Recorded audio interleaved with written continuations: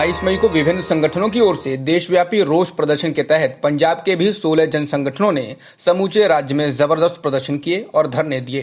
घर वापसी के लिए आतुर प्रवासी मजदूरों पर पुलिस ने कई जगह लाठीचार्ज किया। सूबे की पुलिस अब सड़कों पर आए मजदूरों के खिलाफ जालिमाना पैंतरे अपना रही है। 2 महीने के भयावह संकट के बाद पंजाब में मौजूद ज्यादातर प्रवासी मजदूर किसी भी सूरत में अपने मूल राज्यों को लौट जाना चाहते हैं। हालांकि उद्योगपति, किसान और सरकार उनकी रोजी रोटी के लिए उन्हें आश्वस्त करने का भरसक प्रयास कर रहे हैं।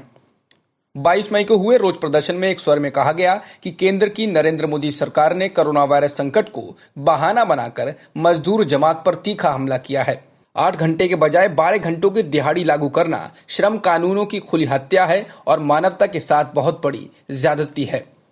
आरोप लगाया गया कि पंजाब में भी 12 घंटे काम की नीति लागू करने की तैयारी हो रही है। सरकारें राहत देने के बजाय संकट को और ज्यादा गंभीर बना रही हैं और लॉकडाउन अब दमन का हथियार हो गया है।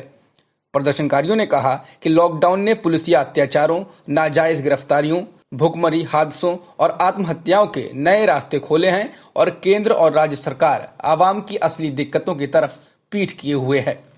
जब सूबे के अलग अलग हिस्सों में मजदूरों की जमात के हकों की हिफाजत के लिए लड़ने की गुहार की जा रही थी, तो ठीक उसी वक्त 2 महानगरों जालंधर और लुधियाना में पुलिस ने निहत्थे मजदूरों पर बेरहमी से लाठीचार्ज किया और वह भी बगैर किसी चेतावनी के।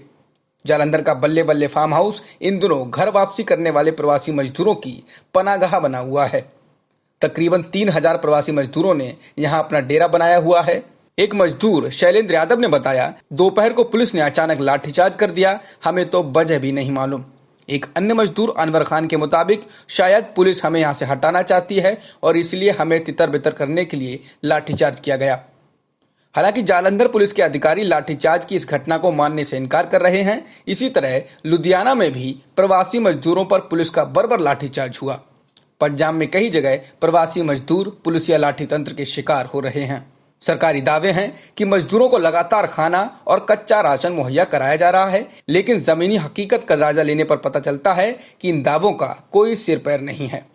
जालंधर के पठानकोट रोड बाईपास के फ्लाईओवर के नीचे महेश कुमार महंतो अपने परिवार के 7 सदस्यों के साथ बीते एक हफ्ते से बैठे हैं। परिवार के सदस्यों में 2 बुजुर्ग और 3 छोटे बच्चे हैं। वह बताते हैं कि स्वयंसेवी संगठनों और गुरुद्वारों की ओर से कभी कभी खाना मिल जाता है तो कभी भूखे ही रहना पड़ता है। उनकी 6 महीने की बच्ची है, उसके लिए दूध भी नसीब नहीं होता। महेश के अनुसार वह 2006 से पंजाब में है। रोजी रोटी ठीक चल रही थी, लेकिन अब कोरोना ने बेतहाशा बदहाल कर दिया। किसी तरह झारखंड पहुंच जाएं, फिर देखेंगे कि लौटना है या नहीं।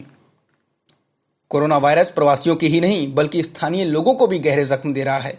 लॉकडाउन के चलते आर्थिक बदहाली के कारण मानसा जिले के बोहा कस्बे के एक नौजवान ने 22 मई को खुदकुशी कर ली। मृतक का नाम रणधीर सिंह उर्फ बिट्टू था, जो सुनार का काम करता था। परिवार के मुताबिक लॉकडाउन के बाद रणधीर खाली बैठा था और उसके पिता गंभीर बीमारियों से पीड़ित थे। इलाज खाने तक के लिए पैसे नहीं बचे थे। इलाज के अभाव में पिता की मौत हो गई और रणधीर गहरे अवसाद में रहने लगा। दुकान का किराया देने के लिए पैसे नहीं थे, इसलिए दुकान खाली करके सामान घर ले आया था और अक्सर कहा करता था कि इन हालात में जीने की जगह खुदकुशी कर लेना बेहतर है। नहर में डूबकर उसने अपनी जान दे दी। उसके परिवार में बुजुर्ग माँ, पत्नी और 2 बेटियां हैं। क्या कोई भी हुकूमत इस खुदकुशी पर कुछ कह सकती है? सत्य हिंदी के और वीडियोस को देखने के लिए हमारे YouTube चैनल को सब्सक्राइब करें और सीधे नोटिफिकेशन पाने के लिए बेल आइकन दबाएं।